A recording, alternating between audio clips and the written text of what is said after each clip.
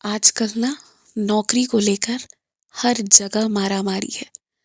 तुम्हें लगता है कि जहाँ ज़्यादा तनख्वाह होती होगी वहाँ पर 100 लोग होते होंगे जो उसके लिए अपनी योग्यता को सिद्ध करते होंगे। लेकिन तुम शायद बहुत बड़ी गलतफहमी में जीते हो।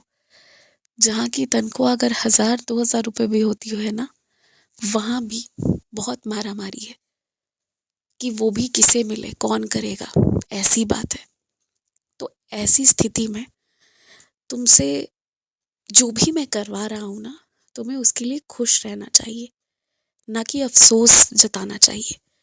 और तुम्हें मुझ पर भरोसा रखना चाहिए कि मैं तुम्हारे मेहनत करने पर तुम्हें निश्चित उन्नति और तरक्की दूँगा, सही समय आने पर। तुम्हें मेहनत और बढ़ाना चाहिए, लेकिन निराश, हताश होने जैसी कोई बात नहीं है, वैसा नहीं होना चाहिए। अगर तुम्हारे घर में कोई एक समस्या होती ना, तो मैं एक समाधान बताता। लेकिन इतनी सारी चीज़ें हो रही हैं, आज ये सही नहीं है तो कल वो सही नहीं है, तो परसों वैसा सही नहीं है, तो अगले दिन ऐसा कुछ हो गया, वैसा कुछ हो गया। इतनी चीज़ें होती है, कभी आपस में लड़ रहे हैं, कभी परेशान हो रहे हैं, कभी भाग रहे हैं, कभी अस्पताल जा रहे हैं, कुछ भी हो रहा है। तो मैं तुमसे यही कहूँगा कि तुम श्री गणेश जी का आशीर्वाद लेकर स्तवन मंजीरी का पाठ शुरू करो, रोज़ करना। सबसे उचित तो रहेगा अगर तुम उसे आधे घंटे 40 मिनट जो भी लगे उसे खुद ही पढ़ो, तो वो सबसे उचित होगा। अगर एकदम मुमकिन नहीं है पढ़ना, तभी उसे सुनो। लेकिन अगर तुम ऐसा करना शुरू करोगे ना, तो ये नहीं है कि तुम्हारी सारी समस्या एक ही दिन में समाधान हो जाएगा। तुम्हारी हर समस्या के समाधान का रास्ता खुल जाएगा। और ये स्तवन मंजीरी का पाठ वैसे तो जो करता है उसकी हर मुराद पूरी होती है, बट तुम्हारे लिए जिस परिस्थिति में तुम जैसे ही इसे पढ़ोगे ना, तुम्हें और अच्छे से समझ में आने लगेगा कि तुम्हें और क्या क्या करना ज़रूरी है, तुम्हें और कौन कौन सी पूजा करनी है, किस मंदिर में जाना है, ये भी समझ आएगा। तो जब ये पाठ शुरू करो और उसके बाद तुम्हारा मन अगर भोलेनाथ पे या फिर द्वारकाधीश पे जाए ना, तो घबराना मत, बल्कि उस रास्ते पर चलना। मान लो इस पाठ के शुरू करने के बाद तुम्हें हर एक दिन कोई मंत्र या कोई पाठ किसी भगवान का, जिसकी बहुत लोग बातें कर रहे हों कि इसे पढ़ने से इतने लाभ होते हैं, बार बार दिखे, सुनने को मिले, तो समझना वो मेरा संकेत है, वो स्तवन मंजीरी का फल मिल रहा है तुम्हें कि क्या क्या तुम्हारे कर्म में है, तुम्हें क्या क्या करना है।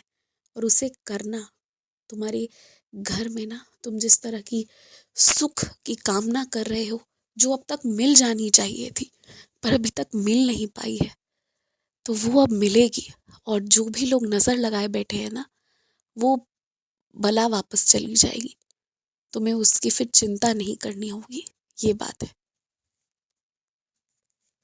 तुम ना प्रेम से भी, बहुत कहते हैं ना प्यार से भी, तुम्हारे घर में या आसपास कोई काम करती हो या थोड़ी गरीबी की अवस्था में हो, तो भी उनके लिए चप्पल जूते मत खरीदना। हो सकता है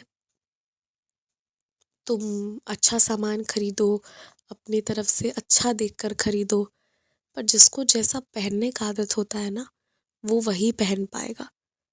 अभी एकदम से तुम बहुत अच्छा भी दे दोगे ना, तो हो सकता है उन्हें वो चीज़ पसंद भी ना आए और उन्हें लगे कि ये तो कितना अजीब है।